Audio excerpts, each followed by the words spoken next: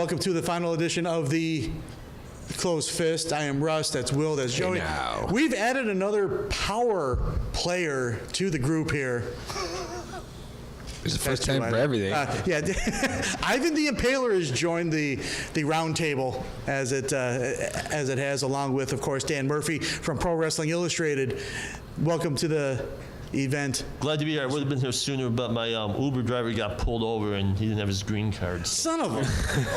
It's always going back to green somehow. Well, I'm the one that blew him in, too. Oh my goodness, we were talking about the females' first time ever Elimination Chamber. The men's Elimination Chamber is going on, and something very interesting happened on Raw. Alexa Bliss goes out to the ring, confronts Kurt Angle. Why do I have to defend my title if Brock Lesnar doesn't? Is it because I'm a woman? Eyebrows were raised everywhere. Pick me. Weren't there elimination chambers in the past that the title was defended in? Last year for the SmackDown. As our boy. I mean, don't get me wrong, Alexa's hot, and I'll back her, but no.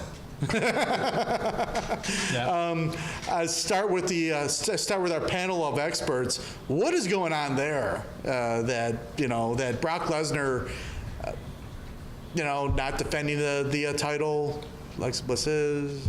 Well, I mean, for one thing, Brock Lesnar, Brock is an attraction, right? I mean, putting him in Elimination Chamber, it doesn't suit him well. I mean, he's a singles guy. I mean, he's great in singles matches, three-way matches occasionally, but you don't need the extra gimmick when you've got Brock Lesnar. Brock Lesnar showing up is a draw in and of itself. I think he's almost wasted in the Elimination Chamber match.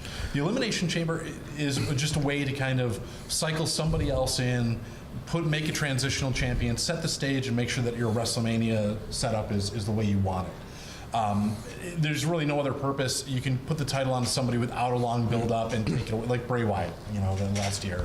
And so you're able to have something like that set up to set up something else. I would think that Alexa Bliss is not the person that they want facing Asuka. Maybe it is. Who knows exactly how they want to go through it? But at least that adds a little bit of doubt to what the women's matches are going to be at WrestleMania. Whether Stephanie McMahon's going to wrestle, whether she's not, but you don't need Brock, so that's in doing it, making it a sexism thing fits her character really well. So it makes sense to kind of make that allegation. I mean, Ivan, at this point with Brock Lesnar, has he diminished the Raw Championship at all? Anyone else, I would say, yeah, but he's Brock. I mean, he's a legitimate ass kicker. And, one other thing with Brock, God knows he only has a certain number of dates he has to appear, so God knows what this is one they figure, let's not bring him in for this one because we know he's going to be the champion going to WrestleMania. And I think with Brock, no, because, he has the pedigree, no pun intended, to, people know he's legit. And they're not afraid to play it up. Yeah, in a perfect world, you'd like to see the world champion there almost every week. But given that he had a lot of negotiating leverage, and he used it, so. Yeah, would you put Andre the Giant in an Elimination Chamber match? Yeah. If you had, a guy like that doesn't need it. It almost hurts his character to be in it, because he's higher than everybody else. And until somebody else knocks him down, I mean, I guess, Dan, I think we've had this conversation before. Who's the next guy? It's supposed to be Braun, but come on. They keep they build him up to be this monster and then don't let him win anything. They're doing to him what they did to Bray. Yeah. You build somebody up and don't ever let them win the big one. What do you do? Where do you go from there?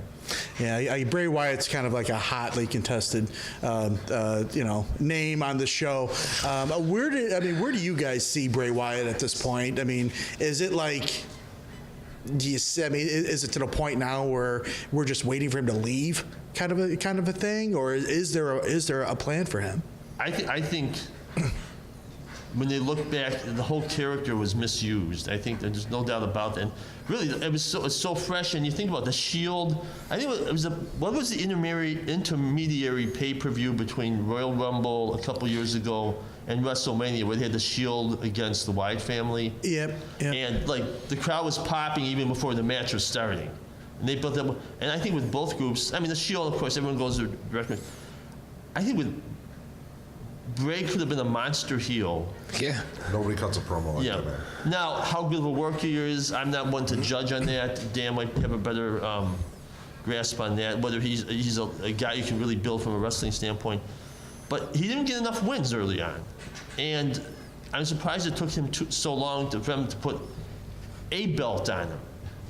Even he could have had the tag. Well, I guess he had the tag belt with Orton. With Orton, before, yeah. But that really took too long.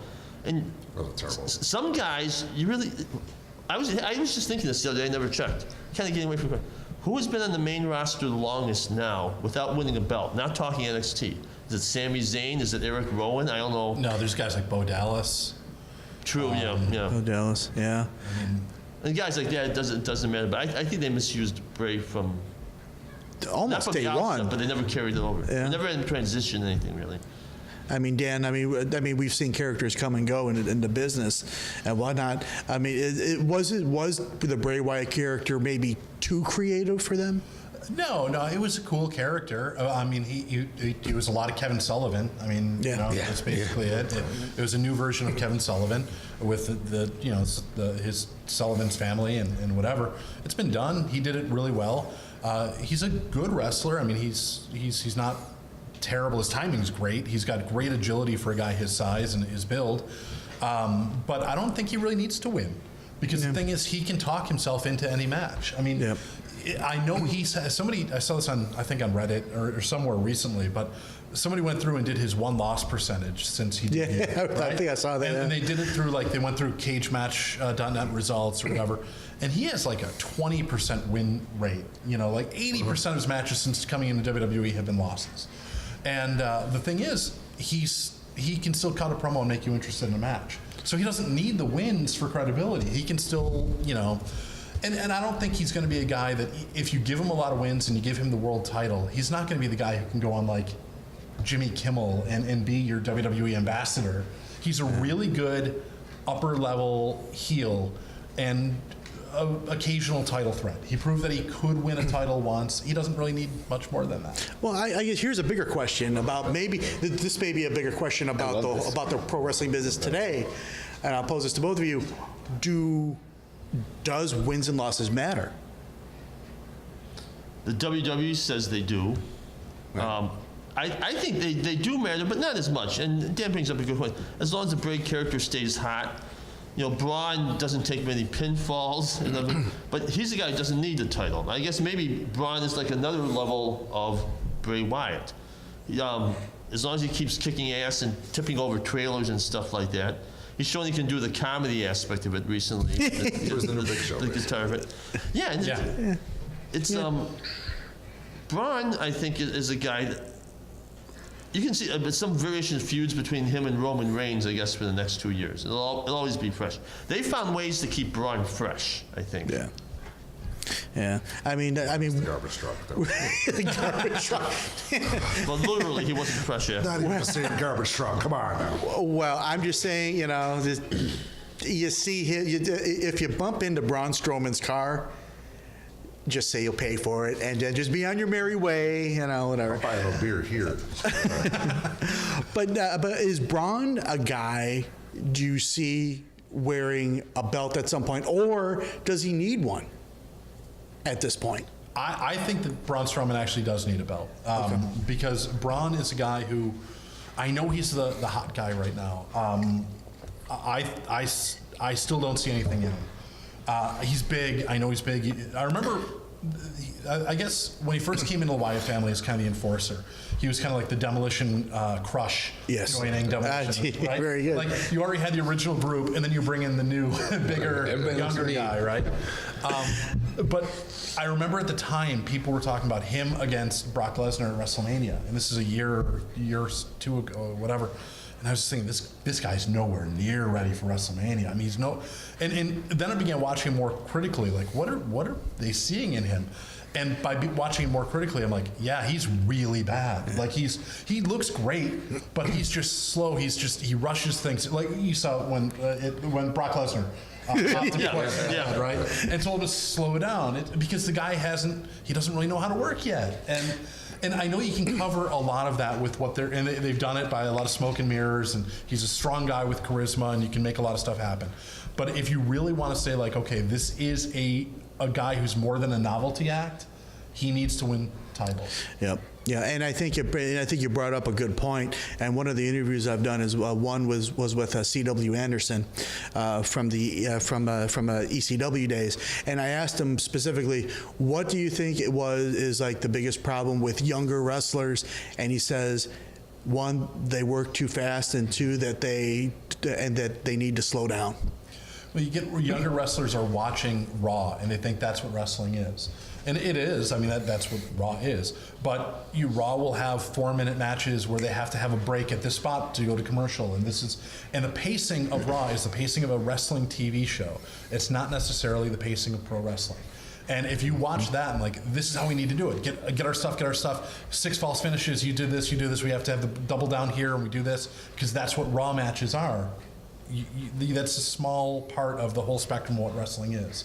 And that's the problem with a lot of guys now is they only learn that. The WWE has the Performance Center now, which is teaching the whole spectrum more, but nothing does it more than experience, independence, and working for good independent companies against better talent. Yeah. And a guy like Braun doesn't really have that because he goes right to WWE, and they're not going to put him on a lot of NXT house show. Yeah, like we see good things for you. We're gonna fast track you to here. So he's getting to a stage where it's do or die without the benefit of having all that kind of building experience. And how long is he really in NXT? A relatively short period of time. Well, that Braun? Yeah. Not long. I mean, and this goes back to Vince's fetish or WWE's fetish. 6'8", 380 pounds. When he lies flat on his back, he can do the kick flip up for 385 pounds. That is unheard of. Mm-hmm. That is unheard of. You see that, and you can see them with drool buckets. They see dollar signs with athleticism like that. Now, the next part of that is what kind of a personality does he have? What can they build with that? Okay, you see him on Raw this past week with a big bass. He's got a decent singing voice too, so maybe there's, maybe you have something there. To a degree, yeah. You want to, I'm sorry, Ivan, please just chair shot me if I'm talking too much. You don't want him, he has to make sure that the bass thing worked really well, but you don't want to go too much comedy at this point because it becomes hokey. It's when Roman Reigns cut a promo trying to be like John Cena early on, and he said "suffering succotash," if you remember that. That's right. I remember. He's like, suffering succotash, and he kind of like turned to the crowd because he's new. He's like, that didn't get over at all. Like you saw the flop sweat, right? Like you just saw. And it's like that's not something for that guy to say. That's not something for that guy to do. That's either the creative trying to get a little bit more out of him and not letting it organically happen, or him trying to do something.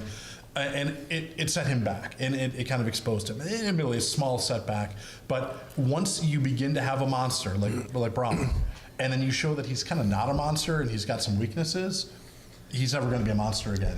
He's the big show. That's what ruins it. That, to me personally, is when you have something who's a legitimate monster, and then you try to throw the little bits of comedy in there. You said it, hit the nail right in the head, man. It ruins it.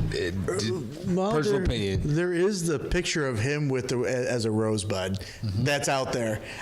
Here's in all seriousness, I mean that's pro wrestling though, it's pro wrestling. Did a thing where he dressed up as Elf. That was very funny. It was phenomenal. See, but that came off as more organic. That just seemed like, all right, this is kind of a. But that was on Instagram or something like that. That wasn't like on Raw. Exactly. So the young kids who are the core audience of pro wrestling, who all have been since the McMahon expanded nationally, they're not necessarily seeing that. They're seeing the monster, and that's what they want to believe. They want to believe in Superman, John Cena, and superheroes, and this guy is huge and strong, and that's great. And if he has the talent and the ability to do a little bit more, that's great, because now maybe it can work with Hollywood. You can put him on, you can make him more of an ambassador, but you don't script his wrestling stuff that way. You just kind of let it develop if it happens. Yeah, I mean, what do you think about the scripting aspect of pro wrestling? Does that, how much has that hindered talent? How much does it hold it back?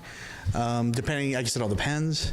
I think, well, part of it is how much experience they have coming back in. A guy like Braun has to be scripted, but guys who have been doing like Ring of Honor and for years, and they're used to doing a 20-minute match with a lot of high spots. Some would say too many high spots.